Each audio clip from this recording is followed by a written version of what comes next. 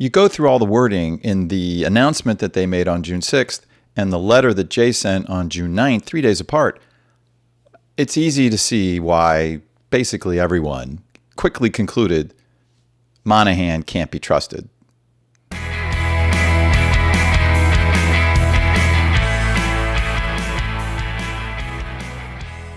B-Team here again without Darkstar. Where is that guy? We keep trying to get him on the schedule. He's been involved in a business deal the last several weeks, so we'll get him back here shortly, we hope.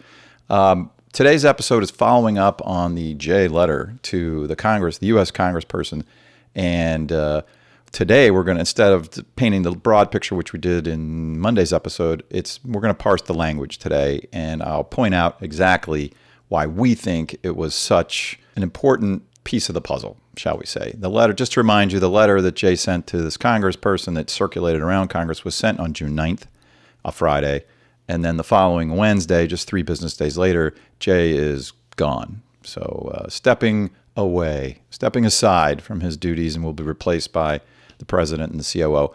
What the heck is in this letter? All right, we linked to it in the description in the previous episode. We'll do that again here. So go read it. We would like you to read it and compare it to the announcement.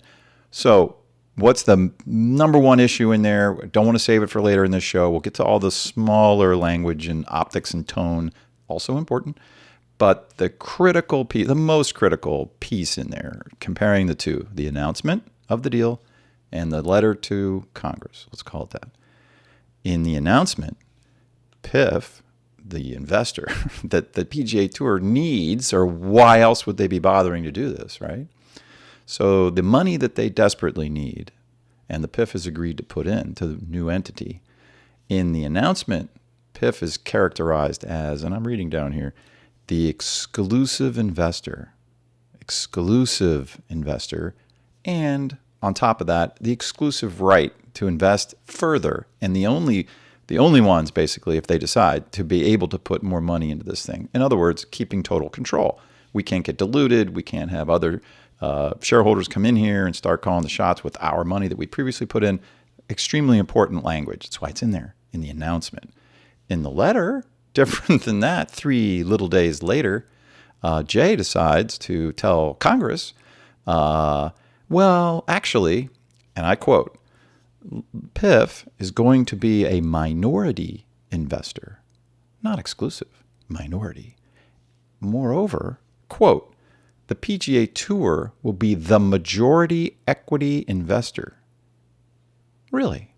Oh, well, if PGA Tour is the majority investor, what do you need PIF for? Why all this shenanigans? Why this, catastrophic move in the eyes of many loyal PGA Tour fans? Obviously, some of the players, or a good many of the players. If you don't need the money, and PIF is just some little minority investor, then why do it? Well, obviously, one of these 2 documents is off target. Which one would that be? The letter. So Monday's episode, Darkstar and I presented it to you. That letter got Jay in some hot water. Probably was part of the reason he got bingoed out of there 3 days later. We're going to go ahead and continue to think that. Is he going to be permanently gone? Hard to say. Is that very possible? Yes, very possible. Let's go through a little more of the language. We've gotten the investor part out of the way. So that's something that your investor is going to see and learn about and potentially pick up the phone and say, hey, what?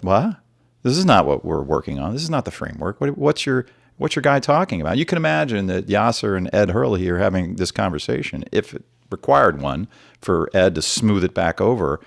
If that happened, actually, now that I'm thinking about it here live on camera, if that happened, then Jay would be gone, because all relationships, we know this, all relationships, business and personal, are built on trust. If you can't trust the person you're in a relationship with, then you don't have a relationship. Simple as that. If we can't trust Monahan to keep his messaging straight, then we don't want this guy around, PIF might say.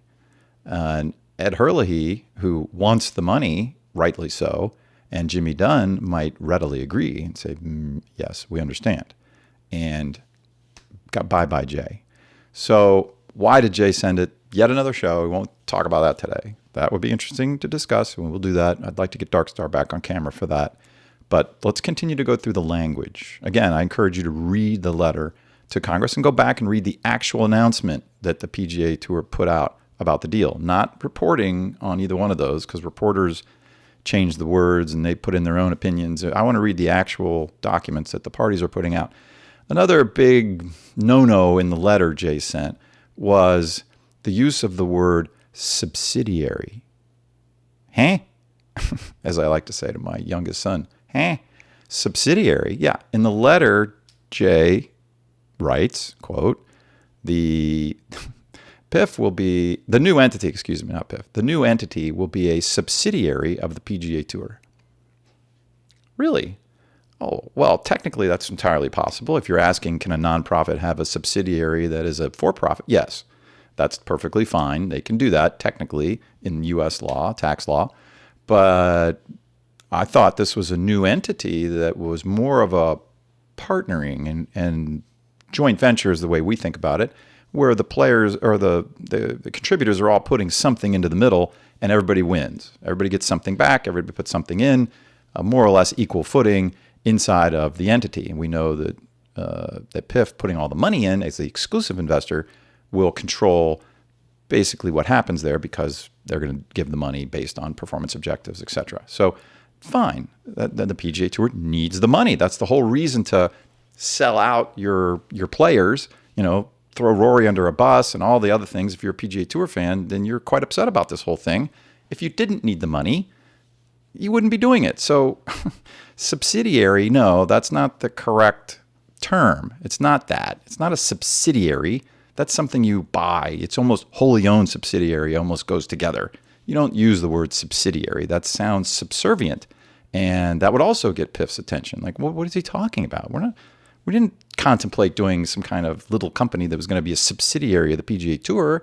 No, this is a joint venture. What's your guy talking about, Ed? What's Monahan talking about? Okay, very bad choice of word. What else is in the letter to Congress? Well, before I use those words, let's talk about what wording is in the announcement of the deal. The words partnership or partner appear 4 times in a short announcement. 4 times the word partner or partnership is used. It's not technically that, but that's the tone they're trying to convey to the world in this carefully crafted, first of its kind announcement about this radical deal that nobody was anticipating. Fine, except for us maybe, if you catch our March episode on this. But partnership, that everybody is saying that. All the entities are throwing in their quotes. They're crafted, et cetera. Partnership here, partnership there. It's all going to be great. Collaborate collectively, work together. I'm quoting, those are all words in the announcement. You get to Jay's letter 3 days later, and it uses, and I'll just pick on one word to make the point without going on and on, battle. The word battle appears 3 times, along with attack and defend. So battle, he characterizes the entire engagement with PIF as a battle. What happened to partnership? We're going from battle to partnering, or we're going from partnering to battle? How is this exactly working? And did we vanquish our foe in the battle, Jay? And now they're going to be a subsidiary? Very conflicting. It's obviously to us duplicitous, right? It's the very definition of duplicity, which is more or less just being two-faced, incredibly two-faced. And in this world of business deals or political deals, I say one thing to Group A, who needs to hear, this explanation, partnership, but to Group B, they need to hear something else. I'm going to say to them, subsidiary, minority investor, PGA full control. It's been a battle, all that. So when he's talking to Congress people in the United States, he's using that language. When he's talking to the public, essentially, and his partners or the investors and the DP World Tour, he's saying, oh, it's all good. We're all partners. You can't have it both ways. Does duplicity lead to trust? No. Not anywhere. Who would trust anybody who just changes their tune to the truth has no meaning. It's just whatever I think I need to say is what I'm going to say. Well, I think Jay has earned that reputation very well with the players on the PGA Tour. Here's yet another example of his duplicity. Let's just call it that. He's saying whatever he thinks he needs to say to whomever he's talking to. And I think based on those two dichotomies, let's call it, the announcement, 3 days later, something totally different, Jay lands in hot water. And that was the episode on Monday. That was what it was all about. Did this letter that he sent that everybody read and said, what the heck is this guy talking about? He can't be trusted. That would be the immediate conclusion. Let's get rid of him.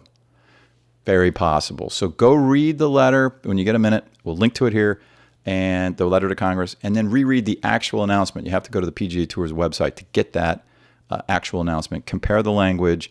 One is all fluffy, all good. We all love each other, as you would expect when parties are coming together, and the PGA Tour really wants that money, needs the money. It's the whole reason to do this.